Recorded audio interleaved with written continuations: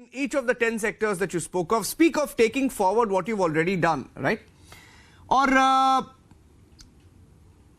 how do you look at the kind of response that's coming in when you have the opposition का news conference चला था ठीक प्रधानमंत्री बात करने के बाद और उसको जुमला मैनिफेस्टो बुलाया था उन्होंने, जुमला manifesto. How do you respond to that? जुमले तो कांग्रेस देती थी, गरीबी हटाओ का जुमला देती थी कांग्रेस. और अभी भी मेरे ख्याल से राहुल गांधी जी ने कुछ ही समय पहले कहा है कि एक झटके से गरीबी हटा देंगे. तो ये जुमले देना कांग्रेस का नेचर है. मोदी जी ने काम करके दिखाया है, मोदी जी ने काम जनता के सामने रखा है, मोदी जी ने आगे का विजन जनता के सामने रखा है. तो जुमले तो कांग्रेस की नेचर है, तो वो बोलेंगे जुमला. उन्होंने तो पढ़ा ही नहीं होगा मैनिफेस्टो, उन्होंने तो देखा ही नहीं होगा, उनके किसी कंसल्टेंट ने आके बता दिया होगा, वो बोल दिया होगा. ऐसा तो कांग्रेस का नेचर है. 60 साल की सरकार रही उनकी. 60 साल में से एक ऐसा देश उभर के आ सकता था जो विश्व में आज समकक्ष खड़ा होता. लेकिन क्या किया कांग्रेस ने 60 साल में? अश्विनी वैष्णव जी, आपकी मैनिफेस्टो माने बीजेपी की sorry, yes, go ahead ji, go ahead. हाँ जी, कंप्लीट कीजिए. Sorry, there is a delay. Niranjan ji, अगर आप केवल एक पॉइंट पे देखो, 2004 में जब श्रद्धेय अटल जी ने जिम्मेदारी दी थी, तब भारत की दुनिया में पोजीशन 11वें रैंक पे थी. 2014 यानी 10 साल की यूपीए सरकार, कांग्रेस की सरकार थी प्रैक्टिकली. 2004 से 2014 के 10 वर्षों में 11वें स्थान से 11वें पे ही रहे भाई. यानी 2004 से 2014 का पीरियड पूरा वेस्ट हुआ. मोदी जी ने 2014 में जिम्मेदारी लेने के बाद में भारत को 11वें स्थान से 5वीं बड़ी आर्थिक शक्ति बनाया. आप ये सोचो, 5वीं बड़ी आर्थिक ताकत बनने पर कितना काम हो पा रहा है. हाईवे बन रहे हैं, रेलवे बन रहा है, गरीबों को उनकी जीवन की बड़ी सुविधाएं मिल रही है, मिडिल क्लास परिवारों के लिए नए रोजगार बन रहे हैं, नए एम्स खुल रहे हैं, नए आईआईटी खुले. तो जब तीसरी बड़ी आर्थिक शक्ति बनेगा, कितने और काम हो सकेंगे. ये मोदी जी का काम है जो स्पष्ट दिखाई दे रहा है.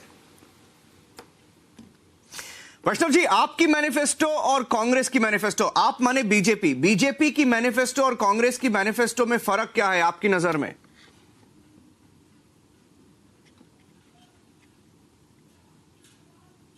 देखिए, कांग्रेस के मैनिफेस्टो में कुछ भी क्लियर रोड मैप नहीं है कहीं पर भी.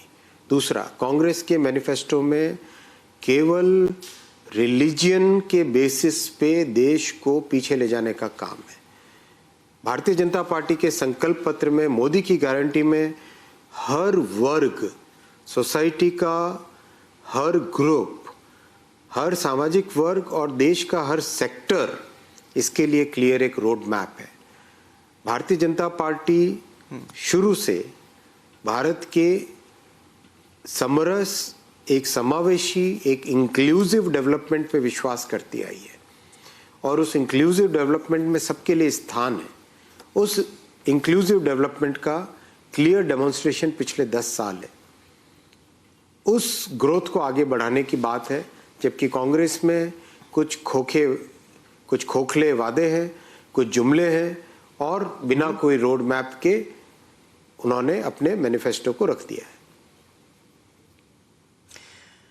2-3 प्रश्न और है वैष्णव जी. माइनॉरिटी, प्रो माइनॉरिटी और मुस्लिम लीग वाला मैनिफेस्टो बताया था आपने कंपेयर भी किया था. क्या आप में, आपकी संकल्प पत्र पे सबका साथ सबका विकास अप्रोच है? कैसे?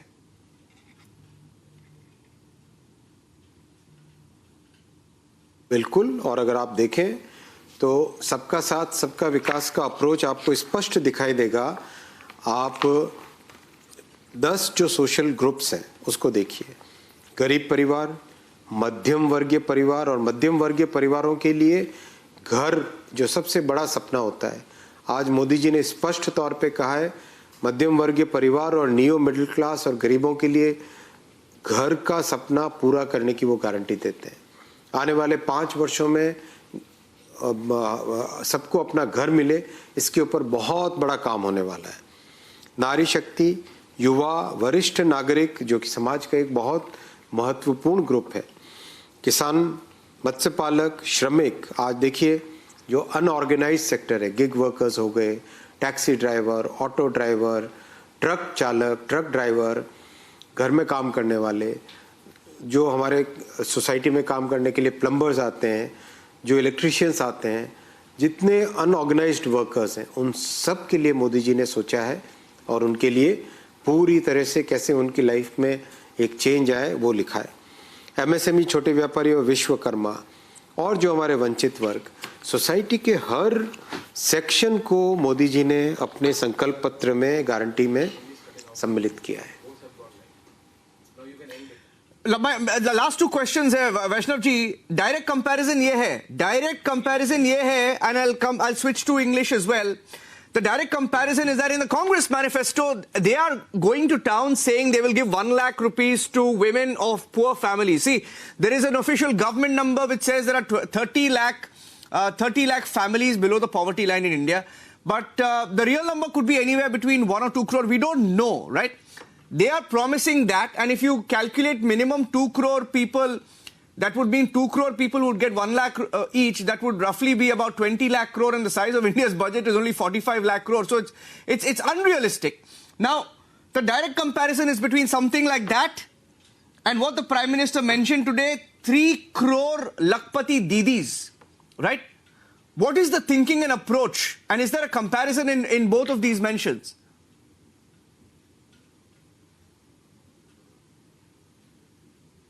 Absolutely. Congress has prepared its manifesto without thinking, without giving any thought to what the financial implications will be. Whereas our manifesto, BJP manifesto, is a manifesto which has taken into account about 15 lakh suggestions which we have received from all over the country. Each and every suggestion has been examined thoroughly before coming to the final list of items to be kept in this manifesto, right? 1. 2, we believe in empowerment, and we believe that people have that capability by which, if the right circumstances can be created, then they can really come out of poverty and bring dignity to their lives. We have shown it through various programs. Swanidhi, it's an amazingly powerful program. I have personally met with so many people who work on the streets, basically street vendors, people who do फेरी वाले, ठेले चलाने वाले, ready पटरी पे काम करने वाले, मैं कई लोगों से स्वयं मिला हूँ और इसका जो इम्पैक्ट है आप बिलीव नहीं कर सकते। इस तरह के काम जो मतलब मैं आपको बताऊँ, भोपाल में कुछ टाइम पहले एक रेडी पटरी वाले भाई ने बताया कि उन्होंने पहले स्वनिधि से लोन लिया 10,000 रुपये का। 10,000 रुपये के उससे जो उनकी वर्किंग कैपिटल पे जो ब्याज लगता था पहले, that used to be in the order of 40% annualized basis. वो कम होकर बिल्कुल 5-6% रह गया। एकदम उसकी लाइफ में चेंज आया, बिजनेस को बढ़ाया, उन्होंने काम को बढ़ाया अपने, फिर 20,000 का लोन लिया, 10,000 का लोन चुका के, फिर 50,000 का लोन लिया, और अब बैंक से इस तरह की रिलेशनशिप हो गई है कि उसने अपना खुद की दुकान बना ली है। तो ऐसे हजारों एग्जाम्पल्स हैं जिसमें हमारी बहनों ने विमेन सेल्फ हेल्प ग्रुप में, या फिर रेडी पटरी वाले ने, या जो नौजवान मुद्रा के लोन लिए, these are real changes which have occurred already on the ground, and that's what we believe in. Yeah. My last question to you, Mr. Vaishnav, my last question is, you spoke about free electricity. Solar वाली और कांग्रेस की मुफ्त बिजली guarantee वाली में क्या फर्क है? What is the difference between the free electricity that Congress gives as guarantee in states like Karnataka and Telangana and the free electricity that you've promised in your manifesto, that of solar power or powered by solar?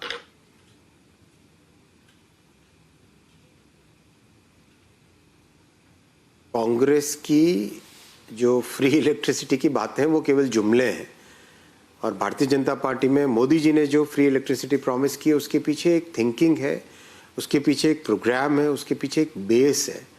Solar से energy generate करके अपने bill को zero करना, बिजली के bill को zero करना, that's something which is very very environment friendly, sustainable, और उसके लिए already 1 crore people have already registered. People have already registered, and this will be implemented in the coming months. Yeah. See, imagine the change it brings in the society. That's the thinking which BJP puts in place in contrast to what jumlas the Congress gives. All right, my last question to you, and I'll end it with that. How many seats are you going to win? Will you cross 400 like the Prime Minister has been saying?